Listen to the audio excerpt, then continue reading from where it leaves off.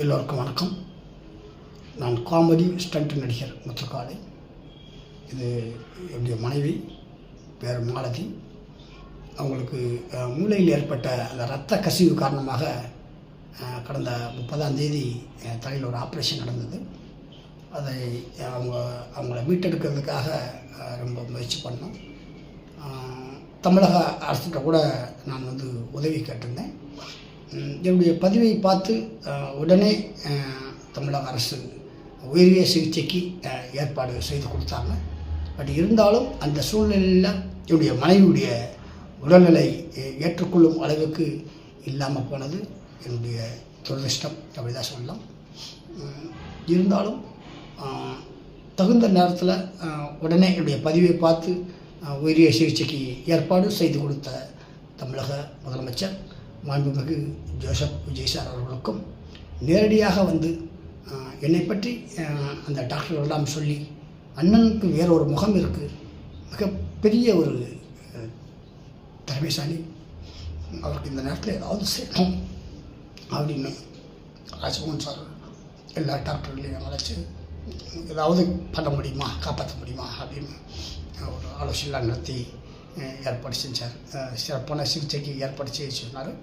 அதே மாதிரி அது அர்ச்சனா சாரும் மாண்புமிகு அமைச்சர் அவரும் என்னுடைய ஃபோனில் அடிக்கடி ஒரு தொடர்பு கொண்டு அவருடைய உதவியாளரை நேரடியாக அனுப்பிச்சு இந்த மாதிரி விஜய் சார் நேரடியாக போய் பார்த்துட்டு அங்கே என்ன நடக்குது அப்படின்னு சொன்னார்னு சொல்லி அவரும் அவருடைய உதவியாளரும் இங்கே எனக்காக பல மணி நேரம் அந்த டாக்டர் குழுவோடு ஆலோசனை நடத்தினாங்க. பட் உயரிய சிகிச்சை அளிக்க முன்வந்தும் என்னுடைய மனைவியுடைய உடல் அதற்கு ஒத்துழைப்பாமல் போயிடுச்சு. அது எனக்கு மிகப்பெரிய இழப்பு தான்.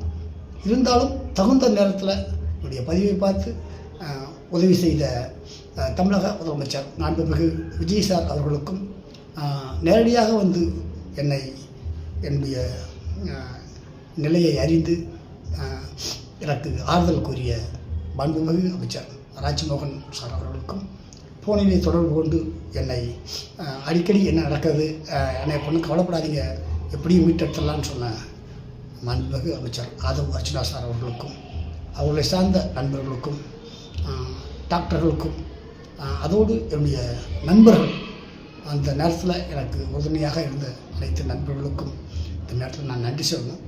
ஏன்னா நான் ஹாஸ்பிட்டலில் என்றைக்கு சேர்த்தணும் அன்றைக்கிலேருந்து இன்றைக்கு வரைக்கும் நான் சோசியல் மீடியா பக்கம் வர முடியாமல் இருந்தேன். அதனால் நிறையா நண்பர்கள் ஃபோன் பண்ணாங்க, யாருக்குமே நான் ஃபோனை எடுத்து என்ன நடக்குது அப்படின்னு பதில் சொல்ல முடியலை. அதனால் நான் யாருக்கும் பதில் சொல்லாமல் இருந்திருந்தேன்னா என்னை மன்னிச்சிருங்க. ஏன்னா எனக்கு கேமராவுக்கு முன்னாடி தான் நடிக்க தெரியும், கேமராவுக்கு பின்னாடி எனக்கு பெருசாக நடிக்க தெரியாது. அப்படியே நான் சின்ன வயசுலேருந்து இருந்துட்டேன். அதனால் இந்த நேரத்தில் இந்த துயர சம்பவத்திலிருந்து மீண்டு வருவதற்கு எனக்கு தோளோடு தோள் என்று ஆறுதல் கூறி வரும் என்னுடைய திரைத்துறையை சார்ந்த அனைத்து நண்பர்களுக்கும், என்னுடைய உறவினர்கள் அனைவருக்கும், தமிழக அரசுக்கும் இந்த நேரத்தில் என்னுடைய மனமார்ந்த நன்றியை தெரிவிச்சுக்கிறேன். என்னுடைய மனைவியுடைய ஆத்மா சாந்தி அடைய எல்லோரும் வேண்டிக்கணும்னு தாழ்மையுடன் கேட்டுக்கிறேன். நன்றி.